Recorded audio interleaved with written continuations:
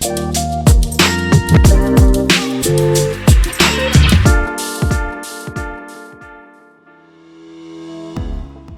城大咧有一個 program 叫做 Hong Kong Tech 300啦，咁就入面有好多唔同嘅年輕嘅創業家，咁我哋亦都喺當中認識到我哋而家嘅 mentor，咁佢就喺我哋嘅項目度俾咗好多嘅支持我哋啦，亦都俾我哋知道其實我哋嘅發展去向究竟係咪真係啱，或者有啲咩需要改善咁樣。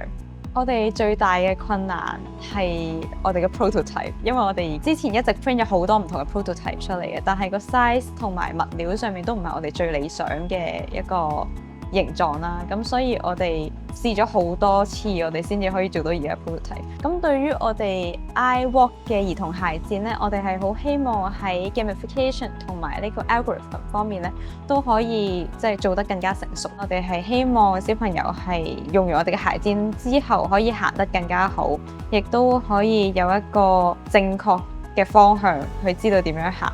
喺我哋 Visionary 嘅智能鞋墊咧，我哋會希望可以保證到真係100%用家用完我哋嘅鞋墊之後，可以向個手機去講佢哋想去嘅目的地，到佢哋真係行到個目的地嘅成個用戶體驗係可以有一個好舒適嘅、好流暢嘅用戶體驗。希望我哋一啲視障嘅人士，或者係一啲比較年長啲老年人啦，佢哋可以解放雙手，令到佢哋嘅生活更加自主，去到佢哋自己想去嘅地方。